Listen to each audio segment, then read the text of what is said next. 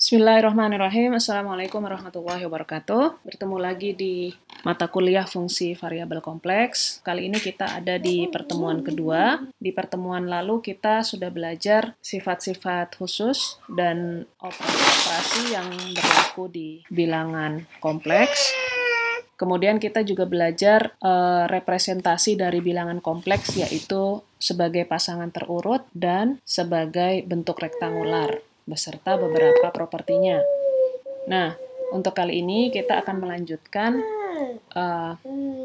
modulus dan konjugat dari bilangan kompleks. Ya. Nah, ini merupakan bentuk yang akan bermanfaat bagi kalian dalam menyelesaikan problem-problem bilangan kompleks atau fungsi kompleks ke depan. Ya. Modulus bilangan kompleks itu punya bentuk seperti ini. Jadi, hai, sebelum melanjutkan video ini, silahkan klik like, share, dan berikan komentar Anda, serta subscribe jika Anda merasa channel saya bermanfaat untuk Anda. Terima kasih. Semacam tanda mutlak ya, modulus A plus BI itu sama saja dengan akar dari A kuadrat plus B kuadrat. Ya, sebenarnya konsepnya sama dengan bilangan real, cuma namanya dalam bilangan kompleks itu kita namakan modulus. Nah, dengan kata lain, kalau modulus A plus BI dikuadratkan, maka kita akan mendapatkan A kuadrat plus B kuadrat, 0, atau sama dengan A, B dikalikan A, negatif B. Ya, ingat prinsip perkalian dalam pasangan terurut bilangan kompleks, seperti ini hasilnya ya. Kalau dikalikan, hasilnya akan menjadi ini. Nah, ini juga bisa kita tuliskan sebagai A plus BI dikalikan A min BI. Karena ini dalam pasangan terurut diubah ke dalam bentuk rektangular. Jadi kalian tidak perlu bingung ya. Kemarin kita sudah belajar tampilan bilangan kompleks dalam dua bentuk, yaitu pasangan terurut dan rektangular. Nah, ini adalah perubahan di antara keduanya. Selanjutnya, bilangan kompleks A min BI atau A dikurang BI itu disebut juga konjugat.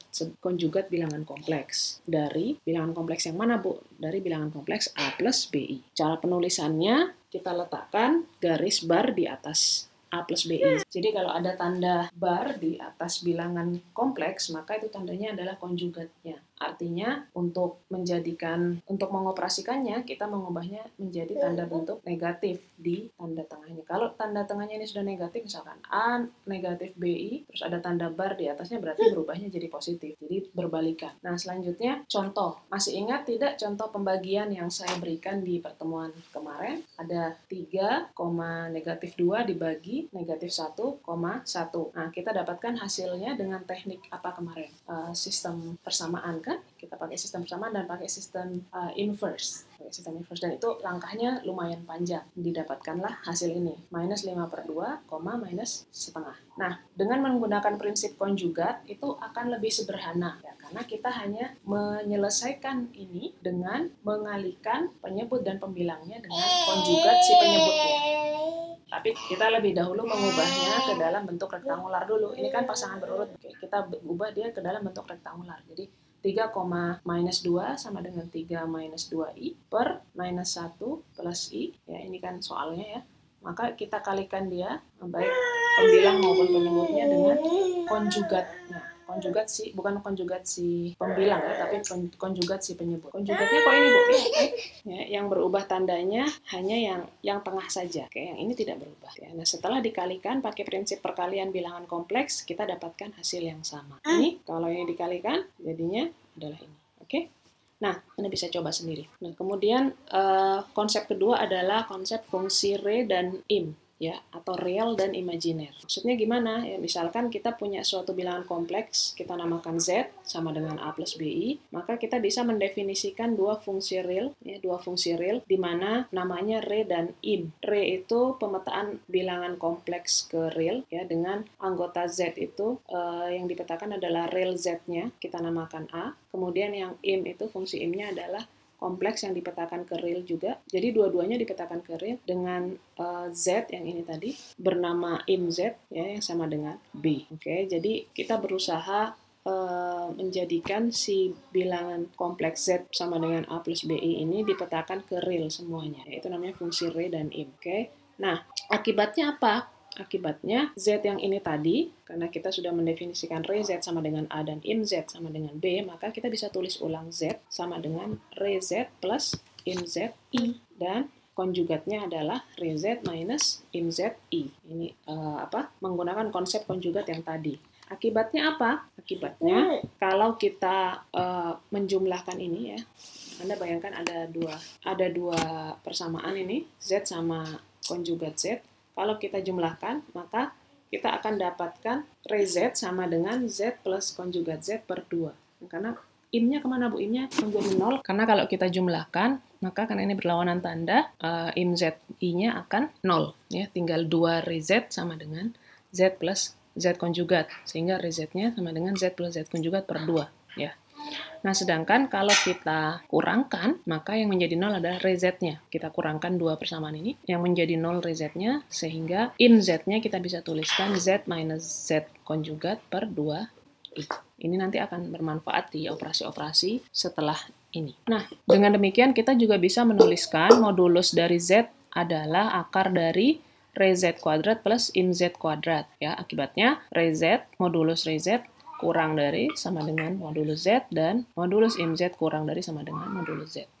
Dan modulus Z kurang dari penjumlahan keduanya. Nah, ini coba mungkin kalian bisa latihan untuk buktikan ya. Coba dibuktikan kenapa. Ini kan kurang nih setiap komponennya. Kenapa di sini jadi ketika ditambahkan menjadi modulus Z-nya kurang dari mereka gitu loh. Kalian bisa main-main sedikit, mungkin bisa dibuktikan gitu ya. Kemudian selanjutnya konsep bentuk yang lain, yaitu bentuk matriks dari bilangan kompleks. Nah, kemarin kita sudah belajar apa? Bentuk pasangan berurut, bentuk rektangular. Nah, sekarang kita belajar bentuk matriks.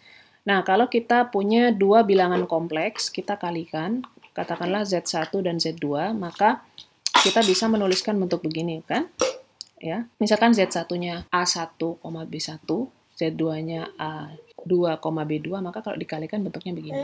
Ingat, dibuka lagi prinsip perkaliannya. Nah, sehingga ini komponen pertama, ya, kita juga bisa tuliskan ke dalam bentuk vektor ya, atau matriks 2 kolom dan 1 kolom. Ya, A1, B1 kali A2 minus B2. Sehingga kalau dikalikan dengan prinsip matriks, ini adalah A1 kali A2 minus B1 kali B2. Jadinya komponen pertama, ya kan? Demikian juga komponen kedua, kalau kita ubah ke dalam bentuk perkalian matriks, akan jadi begini. Karena ini sama komponennya, maka diringkas menjadi begini. A1 B1 kalikan A2 minus B2, B2 A2. Oke.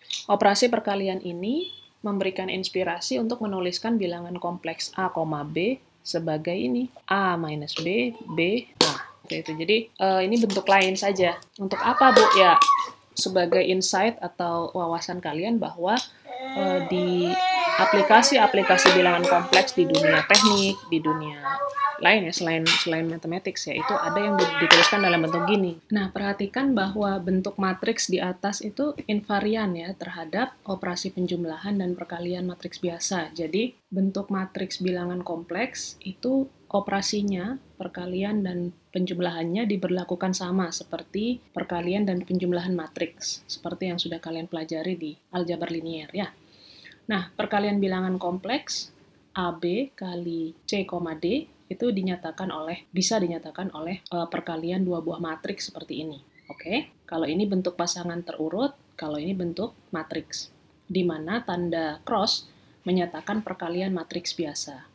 Maka inverse perkalian dari bilangan kompleks A, B adalah inverse matriksnya. Sebagaimana kalian sudah pernah pelajari inverse matriks, determinannya kan A kali A ya, A kuadrat minus B kali minus B, jadi plus B kuadrat ya, seperdeterminan kali transposnya. Jadi matriks ini ditranspos, jadinya baris jadi kolom. Jadi AB jadi dibalik ke sini, AB minus B, A. Dia sama dengan ini.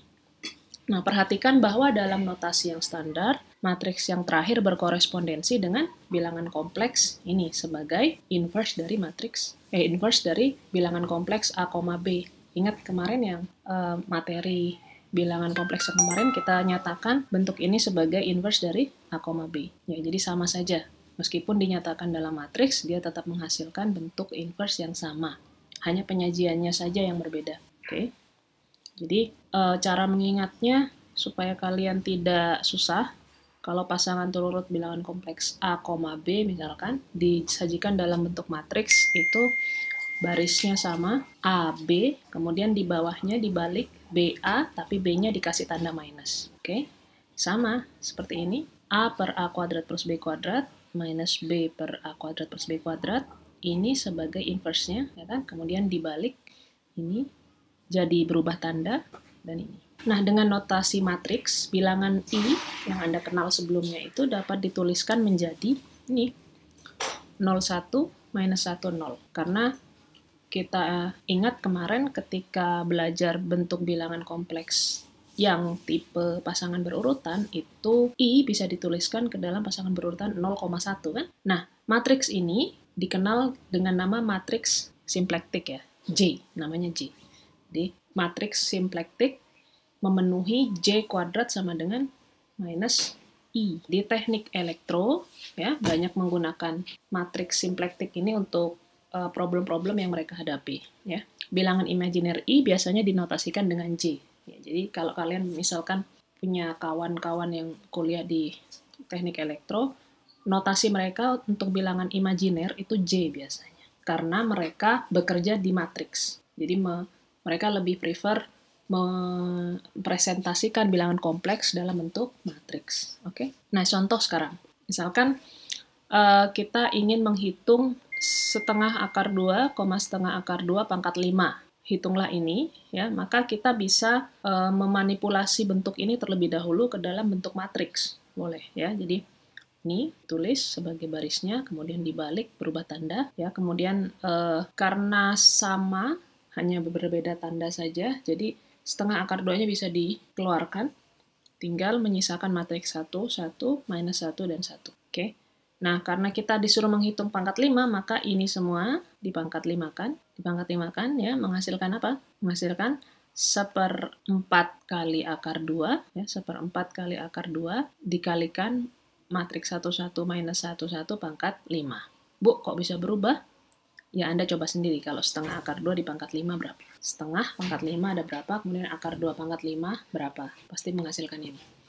Nah, selanjutnya, perhatikan bahwa karena kita tadi cari yang ini ya, yang koefisiennya tadi udah selesai, kita bisa mengubah bentuk matriks pangkat 5 ini menjadi, ini keluar, kemudian ini pangkat 2 kuadrat. Nah, dikerjakan dulu ini, ya, 1, 1 minus 1, 1 kuadrat itu adalah ini, 0, 2, min 2, 0, kuadrat. Kuadratnya belum dikerjakan. Kita tahu bahwa matriks ini adalah matriks 2 kali matriks simplektik. Matriks simplektik tapi apa? Nih. 01 min 1, 0. Sekarang ada matriks 02 min 2, 0. Berarti dia 2J harganya ya. 2J kuadrat. 2J kuadrat. Nah, hasilnya adalah negatif 4. Oke, jadi tinggal dikalikan 11 min 11 kali negatif 4. Oke, nah, jadi menghasilkan apa? Ini dikalikan sama koefisiennya yang tadi, yang ini. Ya, jadinya tinggal setengah akar 2. Jadi minus 4-nya dikalikan 1/4, jadinya tinggal minus 1. Ini jadi setengah akar 2. Ya, jadi hasil akhirnya adalah ini. Dalam notasi standar kita bisa menulis setengah akar 2, setengah akar 2 pangkat 5 adalah minus setengah akar 2, minus setengah akar. Oke.